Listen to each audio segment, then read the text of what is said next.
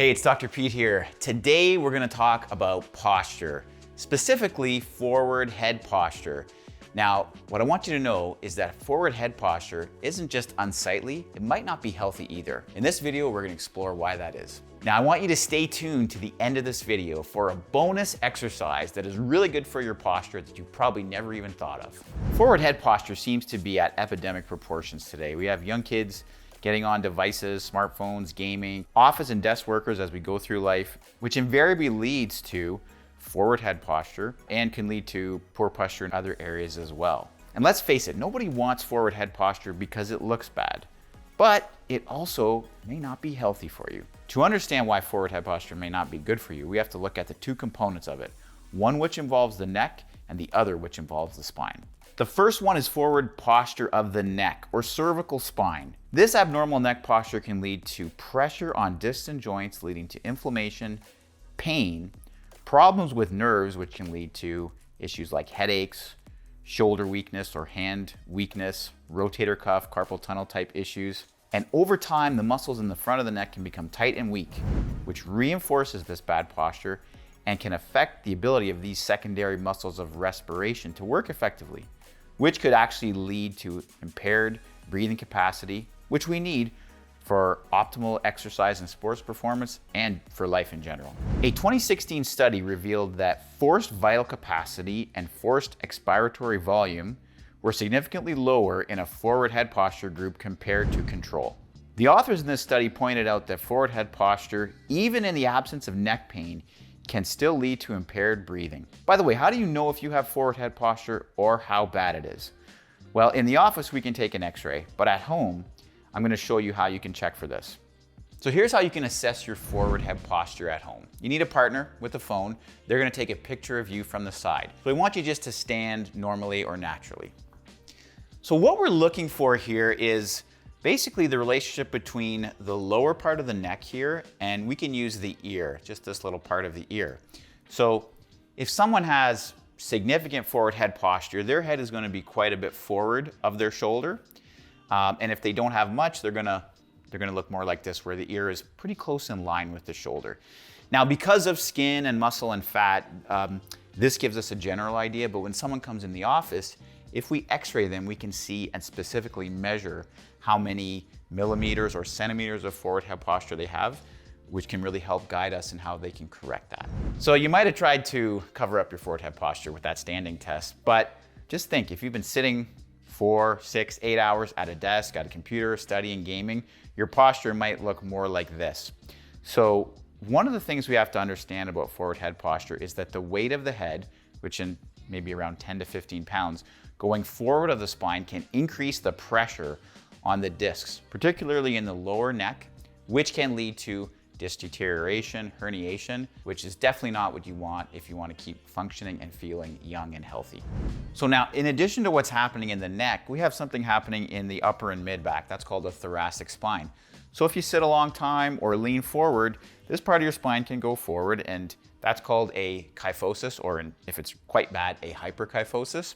This has a couple of consequences to it. One thing you'll notice with our demo person here is that as she goes forward, her chest kind of closes down, which is absolutely going to affect her ability to breathe deeply and get oxygen in. And you can try this at home. Just get into a slouch position, push your chin forward, and try to take a deep breath. You're going to find it's really hard to do.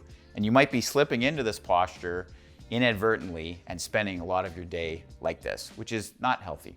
Now, if you sit with this type of hyperkyphotic mid-back posture for months or years, you can get really stiff through here. So not only can it affect breathing, it can cause back pain and stiffness.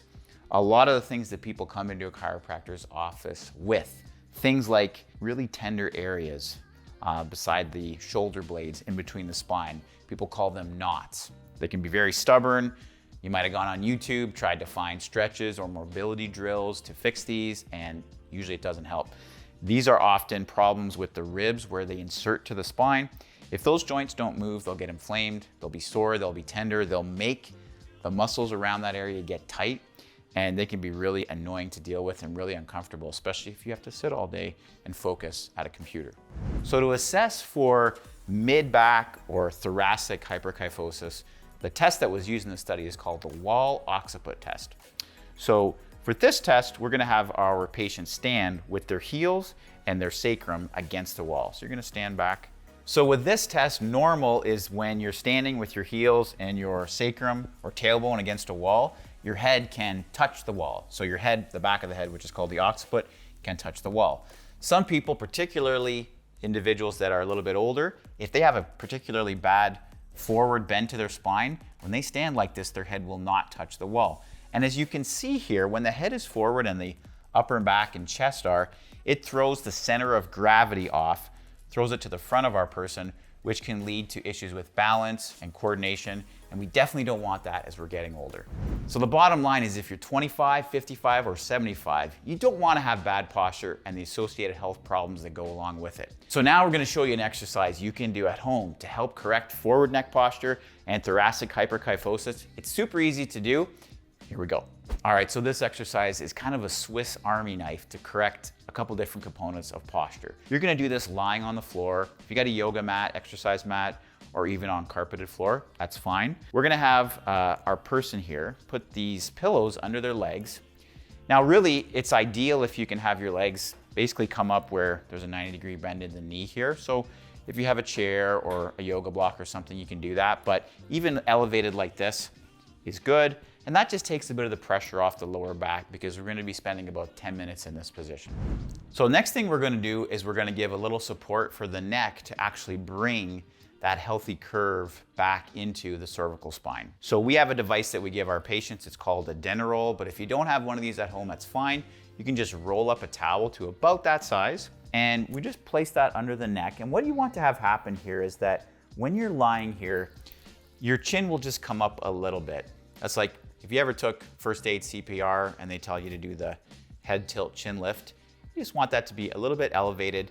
That's gonna bring a nice relaxed curve into your neck and help correct that forward head, forward cervical spine posture.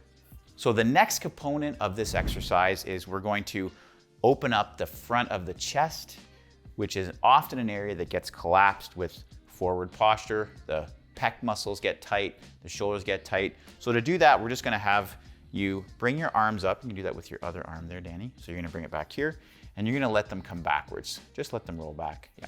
So obviously if she was on the floor, her hands would touch here.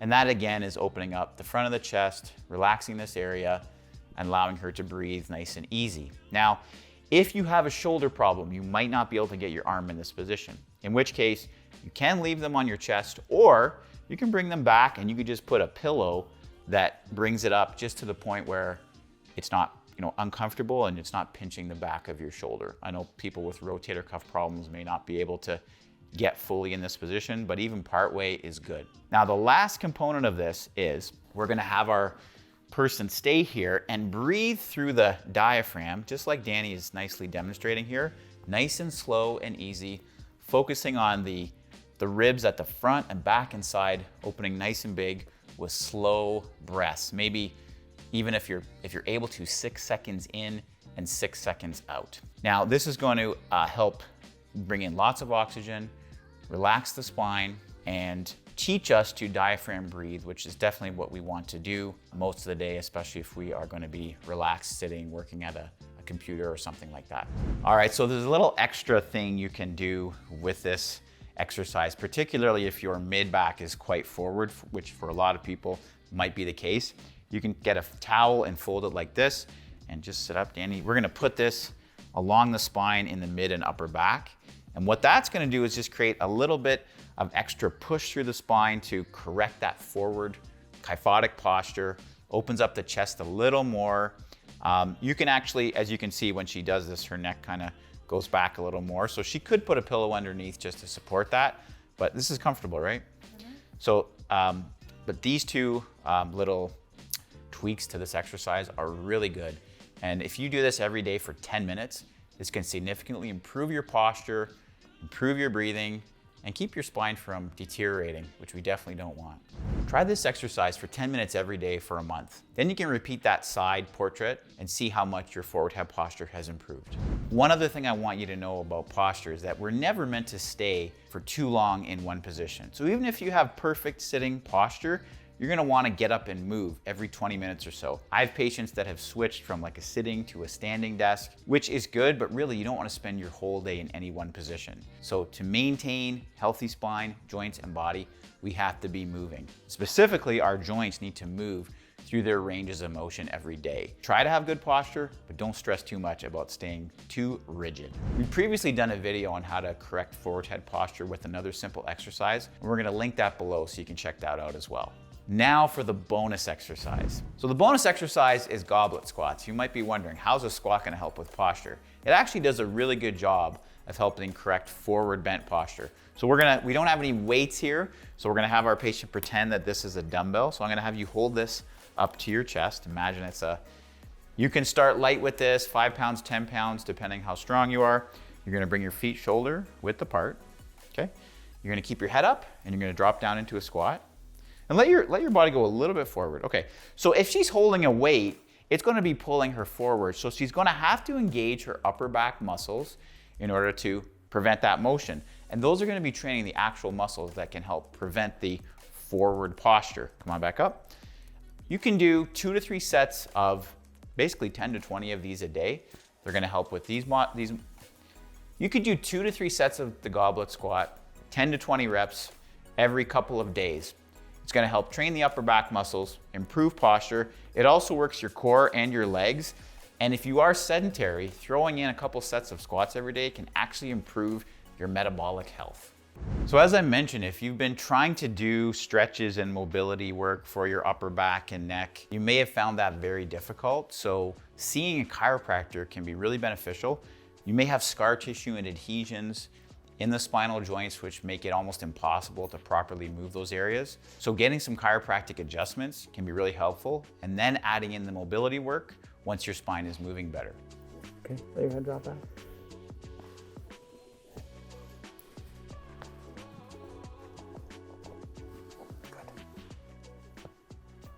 Drop your shoulder. Good. Let it go. Nice. Thanks for watching. Be sure to like and subscribe. Ask any questions you have in the comments. We'd love to help you. We'll see you on the next video. Yeah, pretend you're like sitting at a desk looking at a monitor, okay?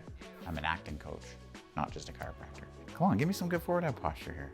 I don't feel like you want it. I don't know, I'm shaking. Yeah, like just go. Yeah. Whoa. You hear my cracks? No. No. B-roll.